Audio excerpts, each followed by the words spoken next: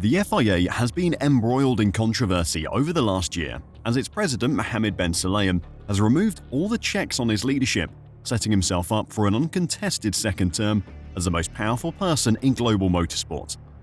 While his actions within the FIA have been rightly compared to those of Sepp Blatter, the criminally corrupt former FIFA boss, and his attacks against F1 drivers have been abhorred by fans, something he has done, which fans have been relatively happy about, is his agenda to get more teams into Formula One.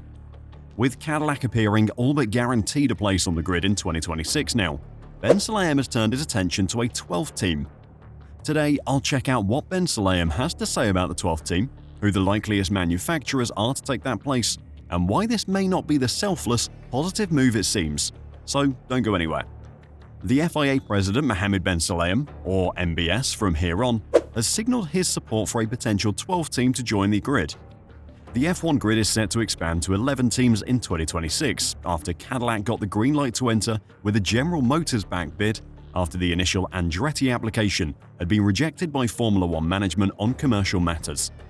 With the Andretti brand purged from the team and the only remnants of it being former F1 champion Mario Andretti acting as a director of the team, the Cadillac team were deemed a financial asset to the sport and were allowed entry. MBS opened the Expressions of Interest program to begin the process of new teams potentially joining in January 2023. That was done without the blessing of Formula One management, or FOM, and created a lot of tension between the commercial and governing bodies of Formula One. After the FIA approved the Andretti entry, FOM, with the backing of F1's teams, dug their heels in and said that while the FIA might have been happy with the Andretti team being on the grid, they were not. Their argument essentially boiled down to the fact that the Andretti name was not big or prestigious enough to generate sufficient interest in the sport. They thought Andretti would get more from F1 than F1 would get from Andretti. With the Andretti name gone and the Cadillac brand taking center stage, FOM thought that they would bring enough marketing interest and prestige to the sport that they wouldn't dilute the earnings of the other 10 teams as Andretti would have. Andretti wasn't the only team to enter into that Expressions of Interest program though. 3 other teams made it through to the rigorous second stage examination. Rod and Carlin, High Tech, and Asian effort Lucky Sons were all informed that they wouldn't be allowed to enter Formula One by the FIA, but were all serious about their entries. Considering the Andretti team was rejected by FOM for not offering enough of a brand to Formula One, it seems unlikely that any of Rod and Carlin, High Tech, or Lucky Sons would have fared any better. Ben Sulayem has learnt from the Expressions of Interest process that started in 2023 and now believes that China is a key market to explore for a 12th team. 20 races was enough, and from the outset, I've thought that we need fewer Grand Prix but more teams. That's why we brought in General Motors with Cadillac, Ben Sulayem told French outlet Le Figaro. A lot of people were against it, but I think it's a good decision for the sport. When pushed on the possibility of a 12th team joining the grid, Ben Sulayem explained that the Chinese market was a target. Should we think in terms of quantity or quality? We need quality stables, he said. It's been my dream for the past 2 years that the big countries should have a presence in Formula One. The United States will be with General Motors. The next step is to welcome a Chinese manufacturer. We already have a driver in Ferrari reserve and ex-stake driver Zhou Guanyu. There is a lot to unpack from these 2 statements. Firstly, why he wants fewer Grand Prix and more teams, and secondly, why China and who could step up from there or the surrounding countries to become the 12th team on the grid. But before I talk about that, if you're enjoying the video and want to catch the rest of the news in the run-up to the 2025 F1 season, then make sure to press the like button and subscribe to F1 Reverse. Thanks a lot. Right, let's start with MBS's statement that he would like less Grand Prix but more teams. With no context given by MBS for his desire for less races but more teams, let's look at how these 2 things would impact the FIA. Each team and each driver pays an entry fee to the FIA.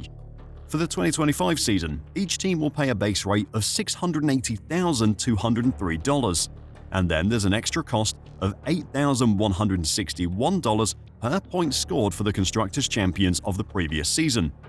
The other 9 teams only pay $6,799 per point. That means McLaren's entry fee for this season is $6,115,429, just over $1 million more than Ferrari will have to pay.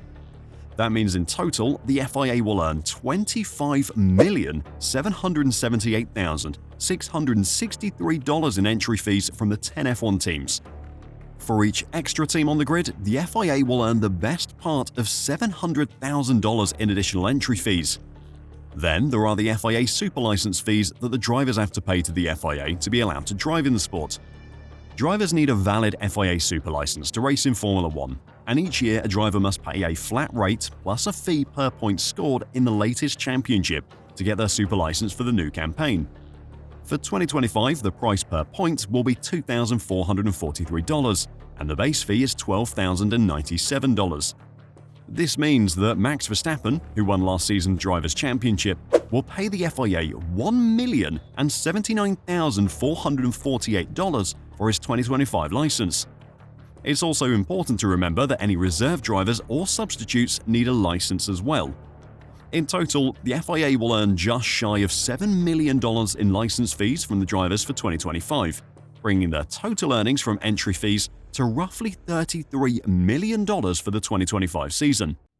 Obviously, the more drivers and the more teams in the sport, the higher that number will go. The FIA also explored the possibility of extending the points earned in F1 to 12th place, potentially increasing the total points available over an entire season and increasing their earnings potential each year.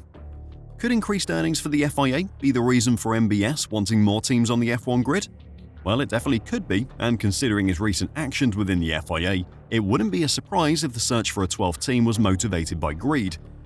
Of course, less races would earn the FIA less money, but that could be offset by savings from the expenses paid to organize the stewarding and the FIA presence at every F1 race. Whatever MBS's reasons for wanting more teams, many fans will agree that more cars offer more competition, and for us, that is probably a good thing. So who are the potential candidates to join the grid?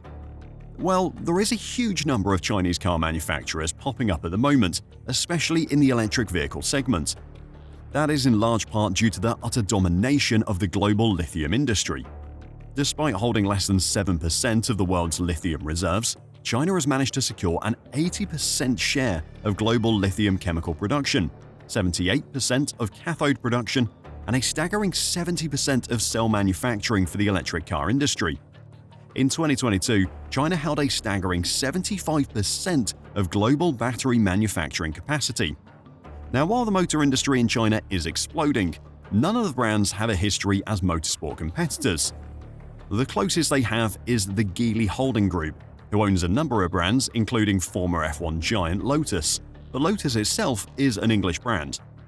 While MBS may want a Chinese-based car brand in Formula 1, it seems incredibly unlikely that any of them would be interested unless they develop a sudden thirst for motorsport.